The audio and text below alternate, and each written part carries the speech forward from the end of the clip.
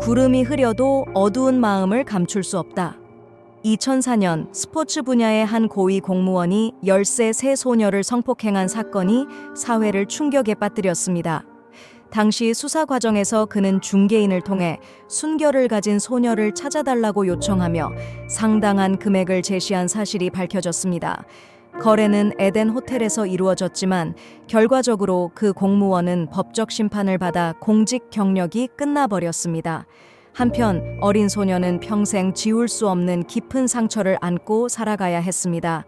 이러한 실제 사건들은 우리에게 큰 교훈을 남깁니다.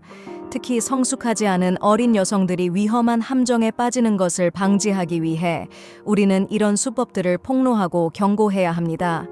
부끄러운 거래와 흥정, 우리는 이런 범죄적 행태를 조사하며 중개인이라 불리는 이들이 어떻게 이런 일을 조직하고 실행하는지 알아내고자 했습니다. 조사 중 우리는 하노이에 거주하며 순결 거래를 전문으로 한다는 한 중개인을 만났습니다. 그녀는 자신의 경험과 거래 네트워크를 자랑하며 순결을 가진 소녀를 원하는 부자 고객들이 사전 예약을 위해 엄청난 돈을 기꺼이 지불한다고 말했습니다. 이 중개인은 순결을 가진 소녀의 가격이 평균 1억에서 2억 동, 약 5천에서 10만 달러 사이에서 거래된다고 밝혔습니다.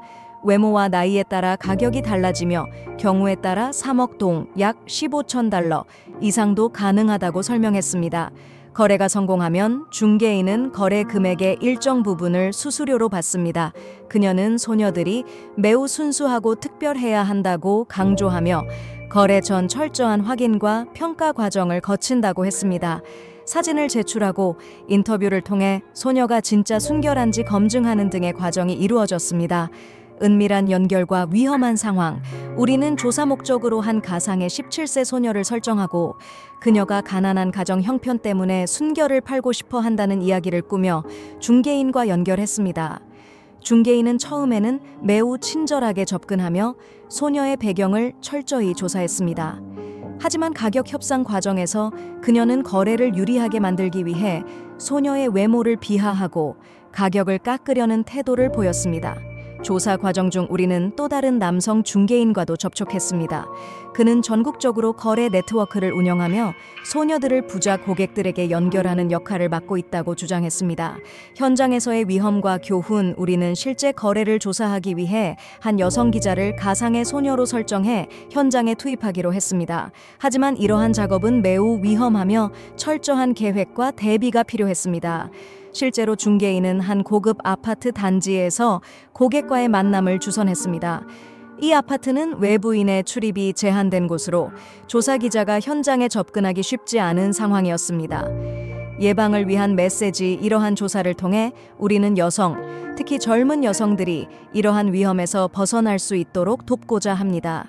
중개인의 수법은 치밀하고 대상이 되는 여성들은 쉽게 속임수에 빠질 수 있습니다. 여성들은 자신을 보호하고 주변에서 위험 신호를 발견했을 때 적극적으로 도움을 요청해야 합니다. 더불어 사회적 경각심을 높이고 이러한 범죄적 행위를 단호히 처벌해야 합니다. 단순한 개인의 문제가 아닌 사회 전체의 문제로 인식하고 함께 해결해 나가야 할 때입니다. 비정상적인 판매 제한, 모든 작업 준비를 마친 후 우리는 예정된 장소로 이동하려던 중 갑자기 브로커와 그 부유한 남성으로부터 변태적인 요구를 받았습니다. 그들은 거래를 진행하기 전에 민감한 사진을 보내보라고 요구했습니다. 이 부유한 남성의 병적일 정도로 강한 욕망에 우리는 소름이 돋았습니다. 우리는 이 부적절한 제안을 거절하려고 여러 이유를 들었습니다. 그러나 2H는 그들에게 말했습니다. 이미 이 네트워크에 참여한 이상 그 세계의 비공식적인 규칙을 따라야 한다고, 만약 거절하면 모든 거래가 중단된다고 경고했습니다. T2H의 압박 속에서 2H 압박에 못 이겨 우리는 비밀 그룹에서 사진을 찾아 판매 제안을 보냈습니다. 사진을 받은 후 상대방은 만나서 직접 구매 판매 협상을 하자고 동의했습니다. 기자의 안전을 보장하기 위해 우리는 산 여자와 함께 한 사람이 동행해야 한다는 조건을 제시했습니다. 이 조건은 매춘업주 튜하를 당황하게 만들었습니다.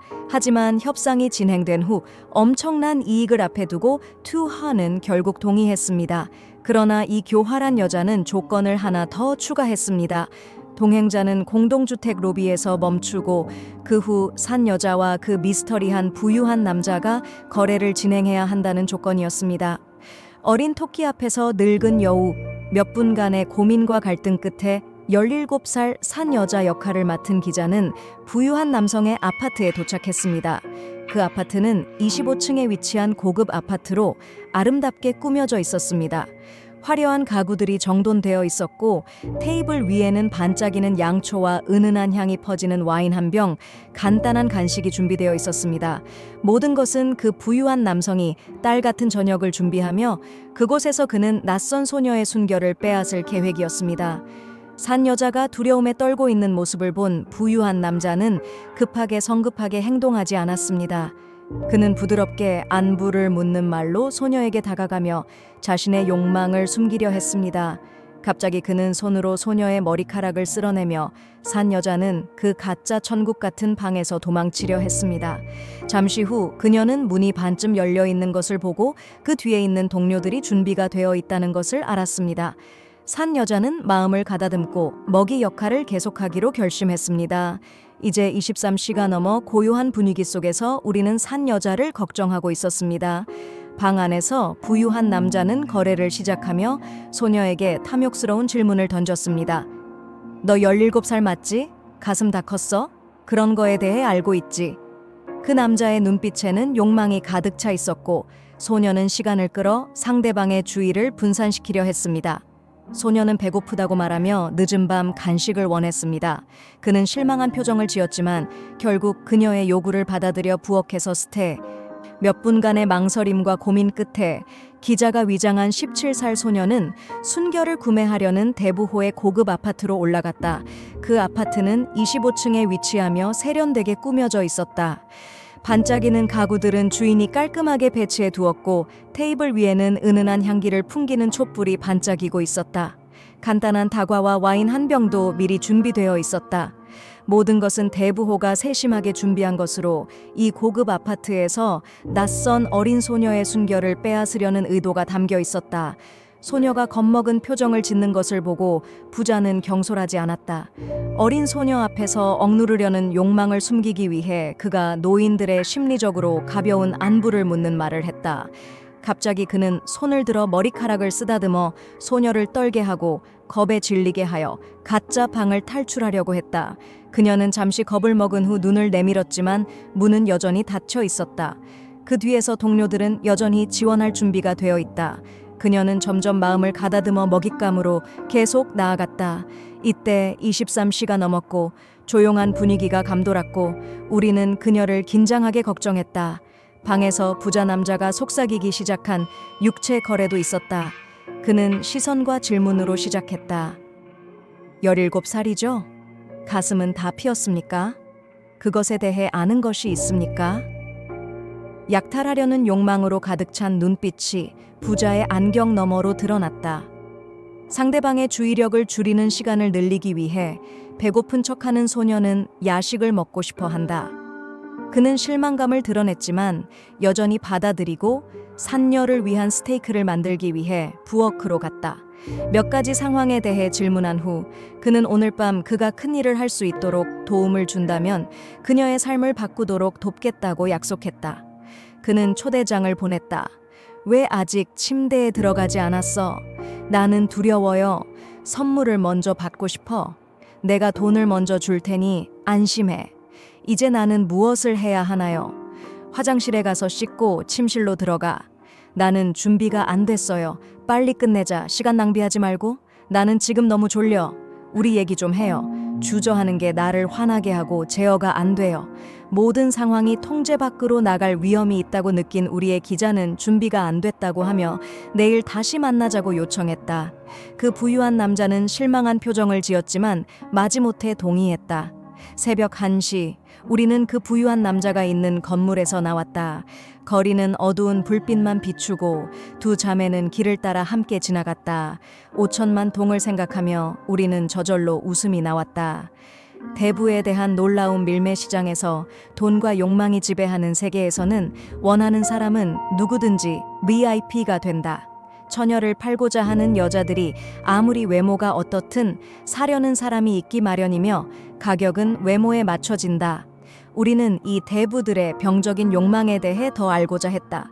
이에 따라 우리는 VIP 대부를 찾기 위해 밀매 중개인과 접촉을 시도했다. 이 대부는 인터넷에 이름을 검색하면 수백 개의 결과가 나타날 정도로 유명한 인물이었다.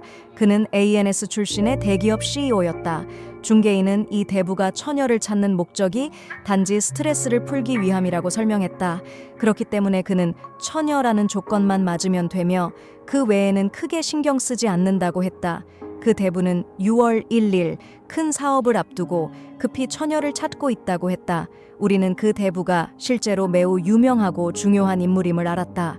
안전을 위해 우리는 거래 장소를 공공장소로 요구했고 대부는 이를 수락하였다. 만남의 장소는 하노이 하동구의 한 커피숍으로 정해졌다. 6월 1일 오전 9시 우리는 약속 장소에 도착했다. 모든 촬영 각도와 접근 방식은 철저히 준비되었고 모든 일이 순조롭게 진행될 것 같았다. 그러나 오전 10시 30분 대부가 전화를 걸어 장소 변경을 요청했다. 17살 소녀는 대부의 하인에게 의해 새로운 장소로 이동되었다. 새로운 장소는 공개되지 않았다. 위기의 상황에서 우리의 취재 대상은 시간을 끌기 위해 계속해서 지연시켰고 우리는 그들이 이동하는 동안 빠르게 그들의 뒤를 쫓을 수 있도록 조치를 취했다. 약 5분간의 우회적 이동 후 새로운 만남의 장소는 여전히 커피숍이었다. 직원의 안내를 받아 2층으로 올라갔고 그곳에서 대부가 기다리고 있었다. 사람이 많은 곳이라 그런지 이 대부는 이전의 대부처럼 너무 과하지 않았다. 그러나 이 대부 역시 돈을 이용해 새로운 여성을 유혹하고 있었다. 그는 큰 돈으로 여자 아이의 경제적 부족을 이용해 심리적으로 압박을 가했다. 그가 만족하면 대부는 지원을 약속하며 심지어 그 처녀가 가게를 운영할 수 있도록 커피숍을 열어주고 한 달에 1,000만 동을 지원하겠다고 했다. 또한 그녀의 동생에게는 하노이의 좋은 학교에서 공부할 수 있도록 도와주겠다고 약속했다.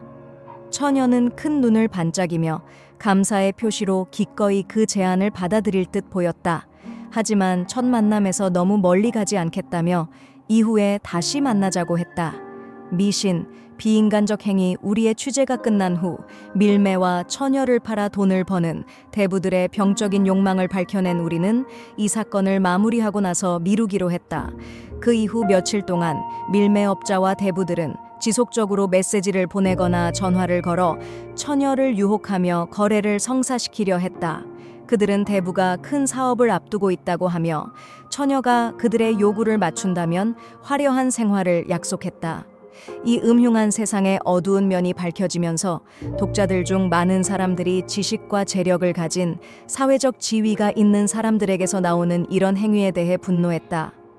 해운을 위한 미신은 때때로 그들이 즐기려는 병적인 성적 욕구의 구실일 뿐이다. 이러한 행위는 결코 용납될 수 없다.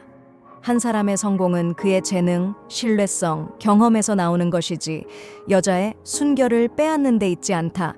따라서 불법적으로 사업을 하는 사람들만이 이러한 미신에 속을 수 있다. 도덕적, 인격적인 관점에서 문화 연구자이자 전 하노이 국가대학교 사회과학대학 교수인 응구옌 흥비, 엔구옌 홍비 박사는 옛날에는 여자 처녀를 사용하여 잔인한 의식을 치르기도 했다. 여성을 희생물로 취급하며 이를 미신적 의식으로 보았다라고 말했다.